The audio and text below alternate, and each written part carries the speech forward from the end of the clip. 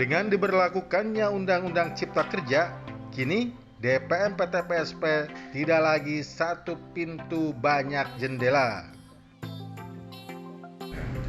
Tidak lagi satu pintu banyak jendela. Itu yang harus disampaikan masyarakat. Kalau DPRT Kabupaten Subang sekarang sudah berbenah. Jadi asosiasi calon umat Adalah punya yang tinggi tadi, resiko tinggi. Jadi daerah kita tidak mengeluarkan izin lagi. Kita hanya melakukan persetujuan. Nah, jadi nanti terpusat ya? Iya. Langsung. Berarti kira-kira bisa sampai pelayanan lancar kembali kapan kira-kira? Ini Pak. Pelayanan bisa lancar kembali kira-kira? Sebetulnya gini, sampai hari ini pun tetap OSS berjalan. Tetapi yang online, tetapi masyarakat yang rata-rata skala rendah, yang UMKM itu, mereka udah dapat UMKM, udah dapat NIB berjalan, itu berjalan. Tetapi yang tadi itu yang 2 atau yang 3, yang risiko tinggi atau menengah gitu kan, ketika dia perlu pemenuhan ke daerah, kan nanti kan yang mendapatkan tadi standar itu, kemudian izin itu, tetap harus ada komitmen pemenuhan ke daerah. Seperti halnya apa? Punten sebagai contoh, kandang ayam yang skalanya kecil, maka dia otomatis NIB cukup. Tapi ketika kandang ayam skalanya risikonya besar, tinggi, kemudian jumlahnya besar, maka itu harus ada persetujuan dari daerah. Seperti apa? Harus menempuh AMDAL-nya, lingkungan, harus menempuh dari teman-teman di perangkat daerah,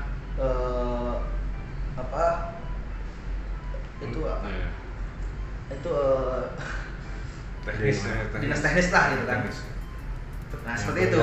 Berkaitan lah itu ya. Ya, dari dinas peternakan, kemudian dari PUPR tata ruangnya seperti apa, seperti itu. Nah itu harus ditempuh. Nah penempuhnya ini kita sistem sedang off. Nah ini yang maksudnya sistem sedang off. Termasuk tadi ketika ada pengen membuat gudang, kan itu kan gudang harus ada yang izin tadi itu. 3 hal minimal kan. Yang pertama adalah tata ruangnya apakah masuk gak ini dalam hal pergudangan. Terus yang kedua apakah izin lingkungan seperti apa gitu kan. Terus yang ketiga emailnya kan, izin bangun gedungnya seperti apa. Nah ini yang sedang sekarang perbaikan di pusat juga sama. Ini yang sebut kita berefek sehingga off system. Kenapa harus dibenarkan sistemnya dulu gitu kan. Ya berarti ini kira-kira ada deadline, kira-kira kapan lancar kembali mungkin? Ada informasi? Sampai dengan hari ini, yang sampai ini ya sekarang hari Rabu tanggal 15 sampai dengan hari Rabu tanggal 15 September 2001 kita sudah online khusus untuk berizin untuk yang non OSS istilahnya itu seperti izin praktek dokter, bidan, perawat itu hampir semua sudah online. Tapi kalau misalkan ada yang ingin mengurus tadi IMB atau PPG bisa juga mungkin dilakukan secara manual dulu direkap atau gimana? Tidak bisa. Sekarang itu dihentikan dulu. Dihentikan dulu. Ya tadi tuh kita menghitung IMB-nya dari mana? Karena IMB yang sekarang itu yang dasarnya Undang Cipta Kerja dengan turunan nomor PP-nya gitu kan, itu nilainya turun. Di Subang itu turun 20%. Tapi di beberapa kota kemarin kita udah bisa dibanding ke Tangsel itu turun hampir 60%. Apalagi Jakarta, pasti bakal turun. Kita lihat ya, harganya akan sama dengan seluruh Indonesia. Ya. Kita aja turun, Kabupaten Subang turun 20%. Tapi tidak masalah. Berarti efeknya tadi ke PAD dari sumber dari IMB akan mengalami penurunan. Nah, kalkulasikan ini sampai mungkin bulan September ini baru 5 eman ya dari target 12. Ya. Ya karena adanya revisi sistem ini. Ya, dua hal. Yang pertama kondisi pandemi. Tahun kemarin kita 2020 target 8 miliar. Alhamdulillah tercapai 8 miliar sekian.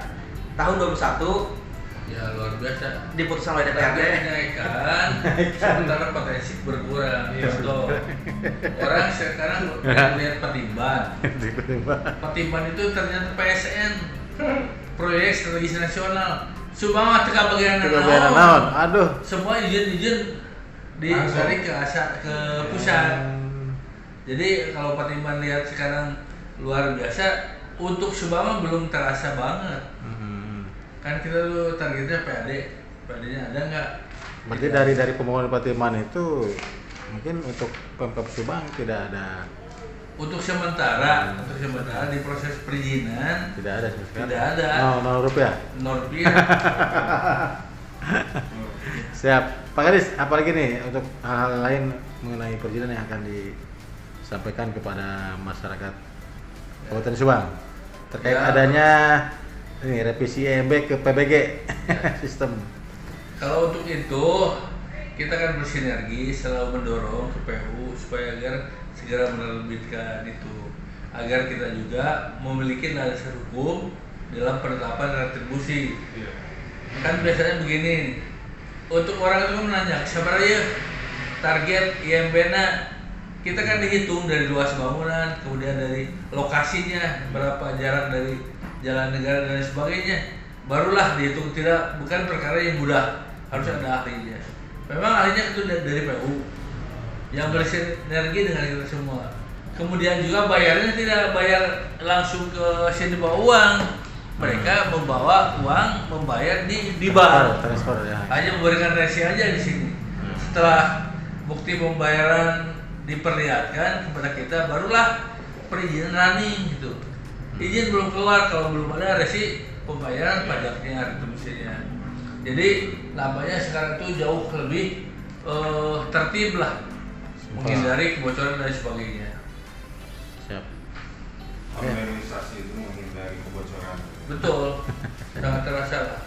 Jadi kalau fokusnya ke retribusi, ke IMB, ditegaskan kembali bahwa Undang-Undang Nomor 28 2002 itu sudah dicabut, Undang-Undang Cipta Kerja. Betul. 2002, sekarang 2020 gitu kan. Itu udah dicabut, otomatis dasarnya itu saja sudah harus berubah gitu kan. Perda kita patokannya kan yang lama. Sekarang sudah harus ada perda baru gitu. Nah, perda baru saja dengan hitungan yang baru juga belum selesai.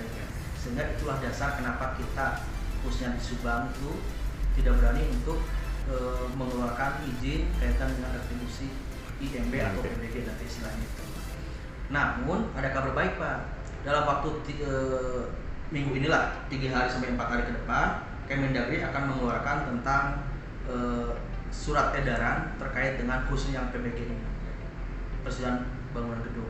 Masalahnya kan infrastruktur terus berjalan, Betul. jangan Kan sampai kayak ini gitu. menghambat. Betul. Makanya percepatan itu. Kemendagri nanti akan ada 3 bahkan. Akan 3 surat edaran. Yang pertama terkait dengan persetujuan tata ruang seperti apa, yang juga kan terhambat kan. Terus yang kedua persetujuan lingkungan hidup seperti apa, dan yang ketiga yang persetujuan bangunan gedung. Ini akan segera Kemendagri mengeluarkan surat edaran seperti apa supaya di daerah jangan mandek perizinan. Dan ini berlaku nasional bukan hanya buat Subang. Makanya Kabupaten Subang tidak kita dorong biar cepat pun nggak bisa karena nggak sinergis dengan di atas. Ya, aturannya harus ini dulu. Iya harus sinergis. Oke, siap atur nuhun Pak Kabid sama Pak Kadis DPM Subang. Semoga dengan dialog ini mungkin bisa ada pencerahan untuk masyarakat Kabupaten Subang. Ya, siap. Pembangunan terus berjalan. Jadi intinya dengan Undang-Undang Cipta Kerja perizinan murah itu artinya di rumah saja tidak perlu ongkos kesana kesini cukup. Dan satu pintu, betul-betul satu pintu. Yang sekarang saja ini perlu disampaikan ke masyarakat. Nanti ke depan betul-betul satu pintu. Tidak satu pintu banyak jendela, enggak? Tidak. Soalnya sekarang sudah terbukti. Nah, Sekarang sudah terbukti adalah izin yang dikeluarkan dan OSS seperti apa, izin praktek bidan, izin praktek dokter, izin praktek perawat dan lainnya gitu kan. Itu sekarang pemohon datang ke sini kalau misalkan mau datang atau mau online masuk ke kita, misalkan secara persyaratan misalkan ya ada 5 KTP, NPWP, kemudian kalau perawat STR gitu, STR, kemudian ada ikatan ya, rekomendasi dari belum ada rekomendasi ikatan perawat, kemudian satu lagi ada 3 misalnya. Nah, nanti setelah kita cek itu siapa persyaratan, maka kita notifikasi kita sampaikan ke teman-teman di Dinkes. Teman-teman Dinkes nanti mengecek kembali, oh ini sudah sesuai, maka dia buatkan rekomendasi yang mengupload data teman Dinkes, kemudian masuk ke kita, kemudian kita teruskan approve cek ulang, kemudian ditandatangan Pak Kadis, selesai. Tidak lagi satu pintu banyak jendela, itu yang harus disampaikan masyarakat. Kalau DPMT Kabupaten Subang sekarang sudah berbenah. Jadi asosiasi calo mati seketika.